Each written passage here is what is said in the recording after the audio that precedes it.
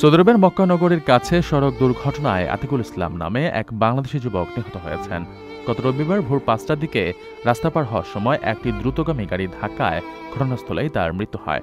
নিহত আতিকুল ময়মনসিংহের গফরগাঁও উপজেলার বারবারিয়া ইউনিয়নের বীরবুখরা গ্রামের হারুন রশিদের ছেলে। নিহতের পরিবারের সূত্রে জানা গেছে, আতিকুল প্রায় ৩.৫ বছর ধরে সৌদিতে ছিলেন এবং মক্কার কাছে একটি কোম্পানিতে চাকরি করতেন।